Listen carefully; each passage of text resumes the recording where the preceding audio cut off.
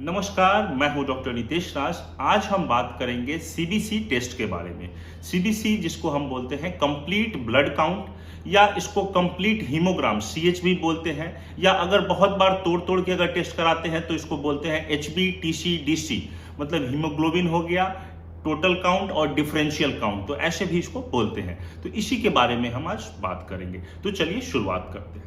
सबसे पहले की जो सीबीसी टेस्ट है मेनली रिवॉल्व करता है तीन जो सेल्स होते हैं हमारे बॉडी में, एक आरबीसी, एक डब्ल्यूबीसी और प्लेटलेट। ये तीनों जो सेल्स होते हैं इसके ऊपर ही रिवॉल्व करता है। इसमें मेनली जो आरबीसी का कुछ ज्यादा पैरामीटर्स को हम देखते हैं, फिर डब्ल्यूबीसी का कुछ पैरामीटर्स है और फिर जो है प्लेटलेट्स का है। तो अगर हमारे पास अगर रिपोर्ट आता है, खासकर मैं, तो सबसे पहले मेरा ध्यान जाता है डब्ल्यूबीसी काउंट के ऊपर। डब्ल्यूबीसी मतलब है कि व्हाइट ब्लड कॉर्पोसेल्स या व्हाइट ब्लड सेल्स। इसी को हम बोलते हैं ल्यूकोसाइट्स भी बोलते हैं, या इसी को हम टीसी बोलते हैं, टोटल काउंट भी बोलते हैं, या बहुत बार इसको टीएलसी बोला जाता है, टोटल ल्यूकोसाइट काउंट। तो ये सब सेम है। तो ये हमारा इसलिए ध्यान जाता है क्योंकि हम सबसे पहले ये देख लेते हैं कि पेशेंट आखिर जो है सेफ जोन में है कि नहीं, क्योंकि इसका एक नॉर्मल रेंज होता है जो हर लैब टू लैब वेरी करता है। 4000 से लेके 11000, कहीं आप देखिएगा 5000 से लेके 10,000। तो यहीं पे मैं एक बात और क्लियर कर दूं कि जब भी आप कोई भी टेस्ट कराते हैं तो उसका जो रेफरेंस रेंज है उसी लैब का रेफरेंस रेंज से ही आप उसको मैच कीजिए, दूसरे किसी लैब के रेफरेंस रेंज से उसको मैच नहीं कीजिए, क्योंकि हर लैब का रेफरेंस रेंज जो है अलग अलग रहता है। ऑटोमेटेड मशीन्स के ऊपर ये सब जो है काम करते हैं, इसीलिए आप उस लैब का रेफरेंस रेंज वहीं पे कंपेयर कीजिए, न कि दूसरे किसी अदर लैब्स के रेफरेंस रेंज को। तो यहां पे होता है कि टोटल ल्यूकोसाइट काउंट में हम सबसे पहले देखते हैं कि पेशेंट सेफ जोन में है कि नहीं। तो अगर आपका टीएलसी दैट इज टीसी भी बोलते हैं, टोटल ल्यूकोसाइट काउंट या टोटल काउंट, अगर 11000 से ज्यादा आता है, इसका मतलब है कि बॉडी में कुछ इन्फेक्शियस एजेंट मौजूद है और उसके चलते बॉडी जो है उससे फाइट करने के लिए बहुत ज्यादा जो है टोटल काउंट बढ़ा हुआ है, डब्ल्यूबीसी को वहां रिक्रूट कर रहा है बॉडी। इसका मतलब है कि कुछ न कुछ इन्फेक्शन हुआ है, 11000 से ऊपर है। तो अब ये जितना ज्यादा मिलता जाएगा, 20000 होगा तो और ज्यादा इन्फेक्शन है, 25000 होगा, 30000 होगा तो बहुत ज्यादा इन्फेक्शन है। कभी कभी आप इवन देखने को मिलता है टोटल काउंट जो है 1 लाख 1.5 लाख तक मिल जाता है। इसका मतलब है कि यूजुअली बोन मैरो में जो है एबनॉर्मल जो है डब्ल्यूबीसी बन रहा है। हो सकता है कि ल्यूकेमिया, ब्लड कैंसर या बोन मैरो का डिजीज है, उसमें भी ऐसा होता है, बट मेनली हम बता सकते हैं कि इन्फेक्शन के कारण ये बढ़ता है। अब इसके जो है 5 कंपोनेंट होते हैं। पहला होता है न्यूट्रोफिल, दूसरा होता है लिम्फोसाइट, तीसरा होता है इयोसिनोफिल, चौथा होता है बैसोफिल और पांचवा होता है मोनोसाइट। मेनली जो होता है इसमें सबका हम देखते हैं कि सबका जो रेंज है ये विद इन नॉर्मल रेंज है या नहीं, क्योंकि ये पांचों का रेंज देखना काफी ज्यादा इंपॉर्टेंट है। तो इसमें सबसे पहले हम न्यूट्रोफिल को देखते हैं। न्यूट्रोफिल का जो पर्टिकुलर रेंज है अगर उससे ज्यादा आया है, अब यहीं पे एक बात याद रखेंगे कि कोई भी चीज मेडिकल साइंस में अगर ज्यादा होता है तो उसका नाम के आगे लग जाता है सफिक्स फीलिया लग जाता है। जैसे अगर न्यूट्रोफिल ज्यादा है तो न्यूट्रोफीलिया बोलते हैं, या न्यूट्रोसाइटोसिस बोल सकते हैं। और किसी चीज का अगर अमाउंट या नंबर कम आता है तो इसमें हम पीनिया बोलते हैं, जैसे कि न्यूट्रोपीनिया। न्यूट्रोपीनिया मतलब है कि न्यूट्रोफिल का नंबर कम है, और न्यूट्रोफीलिया मतलब न्यूट्रोफिल का नंबर ज्यादा है। तो अगर न्यूट्रोफीलिया कब होता है तो न्यूट्रोफीलिया खासकर देखा गया है एक्यूट बैक्टीरियल अगर इन्फेक्शन है, मान लीजिए चेस्ट में इन्फेक्शन हो गया, पेशाब में इन्फेक्शन हो गया, कहीं फोड़ा हो गया, उसके अंदर पश हो गया, तो इन सब कंडीशंस में आपका न्यूट्रोफिल बढ़ेगा और फिर ओवरऑल जो है आपका टोटल काउंट भी बढ़ेगा। तो टोटल काउंट तो बढ़ेगा ही, और डीसी मतलब डिफरेंशियल काउंट, जिसमें कि ये पांचों आते हैं, डीसी जो बोलते हैं डिफरेंशियल काउंट, तो उसमें न्यूट्रोफिल बढ़ा हुआ मिलेगा। और भी न्यूट्रोफिल किस कंडीशंस में बढ़ा हुआ मिलता है, बहुत बार अगर सेल का कहीं डेथ हो रहा है या उसका समझिए कि नेक्रोसिस हो गया, इन्फाक्ट हो गया, तो उस कंडीशंस में भी आपका जो न्यूट्रोफिल है वो ज्यादा मिलेगा। जैसे कि किसी को अगर हार्ट अटैक आता है तो वहां का मसल डेथ होता है, वहां भी आप देखेंगे न्यूट्रोफिल जो है काफी बढ़ जाता है। कहीं अगर जो है गैंग्रीन हुआ और वहां भी अगर डेथ हुआ, सेल्स का गैंग्रीन मतलब लॉस हो गया, उस फंक्शन का, सेल डेथ हुआ, तो वहां भी आप देखेंगे कि न्यूट्रोफिल बढ़ा है। बट मेनली न्यूट्रोफिल बढ़ते ही हमारे दिमाग में आता है कि एक्यूट बैक्टीरियल इन्फेक्शन अभी चल रहा है इसके अंदर, इस व्यक्ति के, पेशेंट के अंदर, जिनका ये रिपोर्ट है। दूसरा अगर हम बात करते हैं लिम्फोसाइट्स, तो लिम्फोसाइट्स मेनली देखा जाता है कि वायरल इंफेक्शंस में बढ़ते हैं, और अगर बैक्टीरियल इंफेक्शन है लेकिन वो क्रोनिक है, मतलब काफी दिनों से है, जैसे कि ट्यूबरकुलोसिस, तो उस कंडीशंस में लिम्फोसाइट्स आपका बढ़ा हुआ मिलेगा। तीसरा अगर हम बात करें इयोसिनोफिल की, तो इयोसिनोफिल मेनली एलर्जिक डिजीज में बढ़ता है, जिनको एस्थमा है, हे फीवर है, एटोपी है, या जिनके अंदर पैरासिटिक मतलब इन्फेस्टेशन हुआ है, पेट में कीड़ा है, फिलेरियासिस है, तो इन सब कंडीशंस में आपका इयोसिनोफिल बढ़ता है। बैसोफिल और मोनोसाइट्स में इतना ज्यादा हम लोग इंपॉर्टेंस नहीं देते हैं। तो पहला हमारा जो सबसे पहला ध्यान जाता है वो WBC पे जाता है कि पेशेंट सेफ जोन में है, कि इन्फेक्शियस है, इन्फेक्शन कितना है, बहुत ज्यादा है तो पेशेंट को एडमिट करना पड़ेगा, हो सकता है हायर एंटीबायोटिक्स और ज्यादा जो है हायर ट्रीटमेंट की जरूरत है। नेक्स्ट हम बात करते हैं RBC के बारे में, रेड ब्लड कॉर्पोसल्स या रेड ब्लड सेल्स के बारे में। मेनली जो है ज्यादा पैरामीटर्स इसी के रहते हैं, रेड ब्लड सेल्स से ही रिलेटेड रहते हैं। तो पहला तो रहता है कि RBC का नंबर कितना है, तो मिलियंस जो है पर माइक्रोलीटर में रहता है, वो आप देखेंगे कि पर्टिकुलर जो रेंज होता है 4 से 6 या 4.5 से 7 ऐसा रहता है, तो वो उसमें आप कंपेयर करके देख लेंगे कि वो नॉर्मल है कि नहीं। दूसरा आता है कि हीमोग्लोबिन कितना है। अब ध्यान देने वाली बात यह है कि पहले आपको जानना होगा कि हीमोग्लोबिन और RBC में क्या अंतर है। तो हीमोग्लोबिन जो है एक ऐसा प्रोटीन है जो RBC के अंदर रहता है। RBC तो बाइकनकेव होता है, लाल कोशिका बोलते हैं, उसके अंदर हीमोग्लोबिन रहता है। एक बात ध्यान देंगे कि एक RBC के अंदर 300 मिलियन हीमोग्लोबिन रहते हैं। और हीमोग्लोबिन किस चीज का बना हुआ है, तो हीम और ग्लोबिन, हीम मतलब आयरन और ग्लोबिन मतलब ग्लोबुलिन प्रोटीन्स का बना हुआ है। तो अगर हमको बात करना है कि हीमोग्लोबिन कब कमेगा, तो हीमोग्लोबिन जिस चीज से बनता है अगर उसकी कमी हो जाए, तो हीम और ग्लोबिन आयरन और ग्लोबुलिन से बना है, तो अगर आयरन की कमी होगी जहां बॉडी में, तो हीमोग्लोबिन कम जाएगा। अगर ग्लोबुलिन प्रोटीन की कमी होगी, जो कि थैलेसीमिया में होता है, एबनॉर्मल ग्लोबुलिन बनता है या कम बनता है, तो उस कंडीशंस में भी हीमोग्लोबिन कम जाएगा। किसी का अगर ब्लड लॉस हो गया तो RBC भी चला गया, साथ साथ जो है हीमोग्लोबिन भी चला गया, तो उस कंडीशंस में हीमोग्लोबिन लॉस होगा, आपका हीमोग्लोबिन कम मिलेगा देखने को आपको। बहुत सारे कंडीशंस है, जैसे कि किसी का जो है RBC डिस्ट्रक्शन हो रहा है, ऑटो इम्यून हीमोलाइटिक एनीमिया बोलते हैं इसको। बहुत सारे ऐसे कंडीशंस हैं जिसके चलते जो है शरीर में ऐसे कुछ तत्व बन रहे हैं जो अपने ही रेड ब्लड सेल्स को वो मार देते हैं। तो उसमें जो है RBC भी डिस्ट्रक्शन हो गया और हीमोग्लोबिन भी डिस्ट्रॉय हो गया, तो हीमोग्लोबिन फिर कम आएगा, RBC भी कम आएगा। तो हीमोग्लोबिन जो है मेनली ये है, और इसका मेन काम क्या है कि RBC के अंदर रहता है, और मेन काम है कि ऑक्सीजन की डिलीवरी कराता है। ऑक्सीजन लंग से जो आता है, ऑक्सीजनेटेड एयर, इसको ये पकड़ता है और पूरे बॉडी तक ये डिलीवर कराता है। इसीलिए अगर हीमोग्लोबिन कम रहेगा तो आपको थकान होगी, चलने में तकलीफ होगा, सांस में तकलीफ होगा, तो इस बात को आप ध्यान देंगे। तो हीमोग्लोबिन कब ज्यादा भी हो सकता है किसी किसी कंडीशंस में, मैंने एक वीडियो बनाया था हीमोग्लोबिन के ऊपर कि ज्यादा कब होता है, जहां शरीर में क्रोनिक हाइपोक्सिया होता है तो हीमोग्लोबिन ज्यादा हो जाता है। तो एक तो ये हो गया पहला RBC, दूसरा हीमोग्लोबिन। तीसरा होता है कि जो कुछ RBC इंडिसेस होते हैं, रेड ब्लड सेल्स इंडिसेस। इसका मतलब है कि इसके अंदर जो है हम शेप और साइज देखते हैं RBC का। पहला आता है जैसे MCV, मीन कॉर्पोसुलर वॉल्यूम। ओवरऑल जो RBC हमारे खून में है उसका साइज कितना बड़ा है, छोटा है या बड़ा है। तो अब ये भी बात आपको याद रखना है कि छोटा कब होगा। तो RBC का साइज कब छोटा होगा, मान लीजिए कि उसके अंदर हीमोग्लोबिन ही काफी कम है, आयरन की कमी है, तो RBC का साइज छोटा होने लगता है। कुछ कंडीशंस में RBC का साइज बड़ा हो जाता है, जैसे कि जिसको भी विटामिन B12 की कमी है या फोलिक एसिड की कमी है, तो उसमें जो है RBC का साइज जो है आप देखेंगे बड़ा होगा। तो छोटा वाले को माइक्रोसाइटिक बोलते हैं, बड़े वाले को मैक्रोसाइटिक बोलते हैं।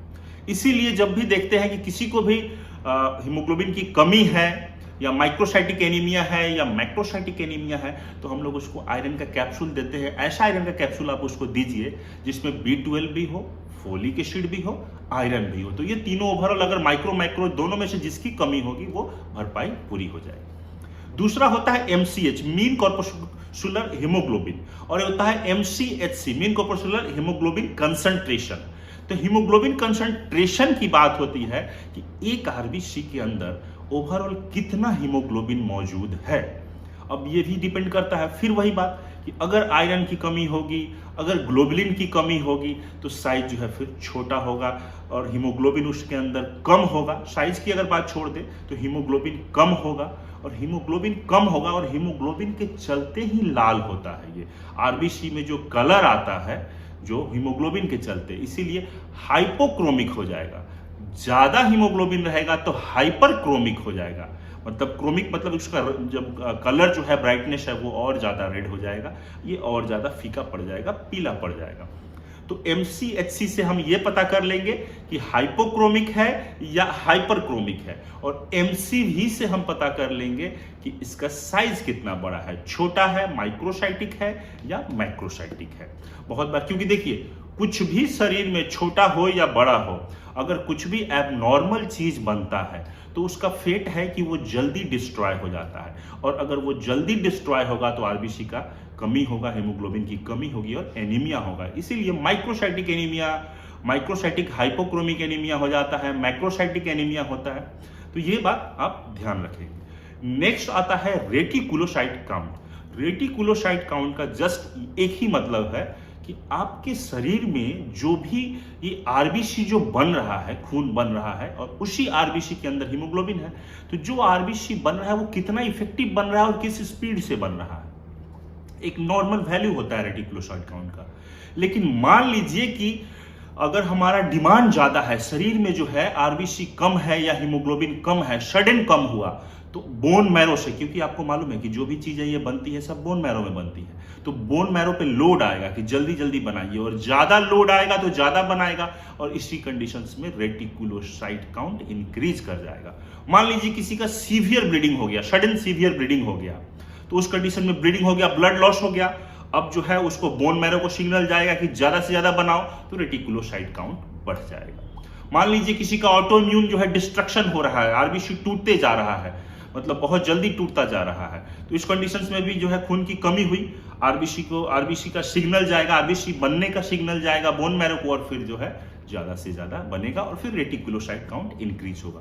तो रेटिकुलोसाइट काउंट इंक्रीज होने का बस यही मतलब है कि आरबीसी का प्रोडक्शन जो है चल रहा है, बहुत तेजी से चल रहा है। मान लीजिए किसी को काफी दिनों से आयरन, B12, फोलिक एसिड की कमी थी और उसको सप्लीमेंट दे दिया गया, सप्लीमेंट जैसे ही रॉ मटेरियल मिला बोन मैरो को तुरंत बनाना शुरू करेगा, उस कंडीशन में फिर जो है आपका रेटिकुलोसाइट काउंट बढ़ जाएगा। नेक्स्ट एक आता है PCV, पैक्ड सेल वॉल्यूम। अब पैक्ड मतलब नाम ही है कि कितना पैक्ड हुआ, और सेल का जो है पैकिंग कितना हुआ। तो अगर किसी का खून निकाला जाए, पैक्ड सेल वॉल्यूम को ही हम हिमेटोक्रिट बोलते हैं। अगर किसी का ब्लड निकाला जाए और उसको जो है टेस्ट ट्यूब में, जो है कांच के टेस्ट ट्यूब में रखा जाए, तो आप देखेंगे कि ऊपर में जो है प्लाज्मा आ जाएगा, और नीचे जो है जो पैक्ड सेल है, आरबीसी है, ये सब जम जाएगा। तो ओवरऑल कितना परसेंटेज है ये टोटल का, ये इसी को हम बोलते हैं पैक्ड सेल वॉल्यूम या हिमेटोक्रिट। हालांकि हम इसका यूज मेनली ज्यादातर आप सुने होंगे कि डेंगू में जो हिमेटोक्रिट है घट गया या बढ़ गया, ऐसा सुनते होंगे।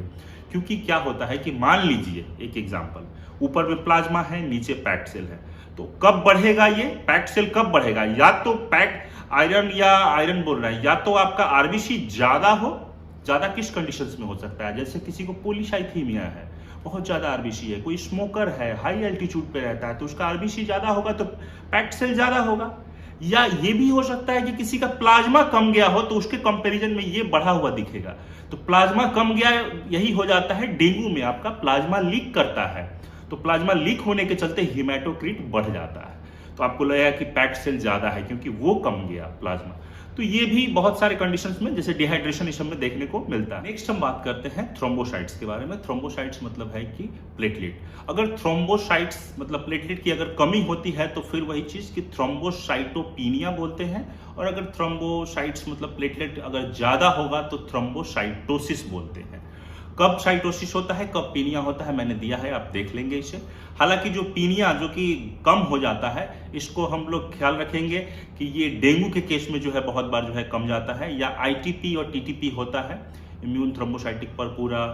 तो ये सब कंडीशंस में जो देखेंगे कि ऐसा कुछ बनता है मीडिएटर्स बॉडी में जो कि प्लेटलेट्स को डिस्ट्रॉय कर देता है, तो इस कंडीशंस में कम जाता है। तो अगर कम जाता है तो बहुत बार बहुत ज्यादा अगर कम गया तो ये सीवियरली लाइफ थ्रेटनिंग हो जाता है, इसीलिए पेशेंट्स को एडमिट करना पड़ता है और हो सकता है प्लेटलेट का इन्फ्यूजन देना पड़ता है। तो इसलिए प्लेटलेट काफ़ी इंपॉर्टेंट हो जाता है। एक टेस्ट और है, डेट इज RDW। तो ये होता है रेड सेल डिस्ट्रीब्यूशन विथ। इस टेस्ट से हमें पता चलता है कि हमारे जो आरबीसी है या जिस पेशेंट का जो टेस्ट हुआ है उसके आरबीसी में साइज में और जो वॉल्यूम है उसमें कितना वेरिएशंस है।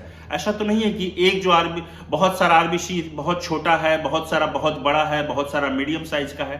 तो साइज में कितना चेंजेज आ रहा है इसको ये रिफ्लेक्ट करता है RDW। तो बहुत ज्यादा अगर साइज में वेरिएशंस आ रहा है इसका मतलब है कि RDW अगर किसी का बढ़ा हुआ है, मतलब बहुत ज्यादा वेरिएशंस है साइज में और शेप में, इसका मतलब है कि इनको एबनॉर्मल तरह के जो है बहुत सारे आरबीसी बने हुए हैं। या तो बहुत छोटा आरबीसी है, माइक्रोसाइटिक है, या मैक्रोसाइटिक है, या नॉर्मल है, या एवरेज है, तो बहुत सारे तरह के हैं। तो इन सब का फिर वही होगा कि फेट क्या होगा, कोई भी एबनॉर्मल तरह के अगर साइज एंड शेप के अगर आरबीसी रहेंगे तो फिर उसका फेट है कि अर्ली डिस्ट्रक्शन हो जाता है, फिर उसके चलते भी एनीमिया होता है। तो RDW हमें यही बताता है कि वेरिएशंस बताता है, ज्यादा वेरिएशंस अच्छा नहीं होता है। बहुत बार आप देखेंगे कि CBC count with peripheral blood smear ऐसा भी लिखा रहता है। तो ये peripheral blood smear PBS test जो है ये हम लोग कब कराते हैं, क्यों कराते हैं? देखिए, पेरिफेरल ब्लड स्मीयर जो है हम लोग मैनुअली देखते हैं। कोई भी जो टेक्नीशियंस है या पैथोलॉजिस्ट है वो जो है ब्लड का जो है स्लाइड बना के और फिर सैंपल को माइक्रोस्कोप से वो देखते हैं। और मेनली CBC में क्या होता है कि ऑटोमेटेड होता है, वो मशीन में बैठा दिया, उसका रिपोर्ट जो है रिजल्ट आ रहा है वही रिपोर्ट में इंटरप्रेट किया जाता है। लेकिन ये हम मैनुअली देखते हैं। इससे ये फायदा होता है कि बहुत बार हम पैरासाइट्स को देख सकते हैं कि जैसे मलेरियल पैरासाइट है या फिलेरियल पैरासाइट है, ये भी ब्लड में देखने को मिलता है। एबनॉर्मल सेल्स है कि नहीं हमारे ब्लड में, ये भी देखने को मिलेगा। जैसे मान लीजिए कि किसी का बोन मैरो में बहुत ज्यादा WBC बन रहा है ल्यूकेमिया के केस में, तो बहुत ज्यादा अगर WBC बनेगा तो उसका जो प्रिकर्सल सेल्स है, सपोज न्यूट्रोफिल जो है बहुत ज्यादा बन रहा है, तो उसका प्रिकर्सल जैसे कि मेटामाइलोसाइट्स, माइलोसाइट, प्रोमाइलोसाइट्स, ये जो सेल्स जो कि बोन मैरो में होने चाहिए ये ब्लड में देखने को मिल जाते हैं। तो फिर इनको जो है मैनुअली जो अगर टेक्नीशियंस जो है पैथोलॉजिस्ट जो है ये लोग देखते हैं तो फिर उसके बाद बताते हैं, कंफर्म करते हैं कि ये एबनॉर्मल सेल जो है जो कि ब्लड में नहीं होना चाहिए वो ब्लड में आया है। तो इससे भी जो है कंक्लूजन लगाया जाता है कि हो सकता है कि ल्यूकेमिया का या अदर जो है बोन मैरो का कोई डिसऑर्डर चल रहा है। तो ये मैनुअली देखने से और ज्यादा आप सटीक तरीके से जो है अराइव करते हैं डायग्नोसिस पे। और एक बात कि CBC टेस्ट या जो कंप्लीट हेमोग्राम टेस्ट जो इसको हम बोलते हैं, इसी टेस्ट को देख के हम ये नहीं बोल सकते हैं कि ये पेशेंट को ये हुआ है या ये ट्रीटमेंट शुरू कर दे। ये भी एक टेस्ट है। इसके अलावा भी और भी जो है कॉरस्पॉन्डिंग टेस्ट हम लोग कराते हैं। अल्ट्रासाउंड कराएंगे या किसी को चेस्ट में इन्फेक्शन है तो CT कराएंगे या एक्सरे कराएंगे। तो ऐसा नहीं है कि सिर्फ हम जो है CBC देखें और उसी के बेसिस पर ट्रीटमेंट शुरू कर दिए। बहुत सारे पैरामीटर्स देखने जाते हैं और उसके बाद फिर डॉक्टर्स अराइव करते हैं एक पर्टिकुलर डायग्नोसिस पे और फिर उसका ट्रीटमेंट किया जाता है। मुझे उम्मीद है ये वीडियो आपको अच्छी लगी होगी, आप इसे ज़्यादा से ज़्यादा शेयर करें। Thank you so much. जय हिंद।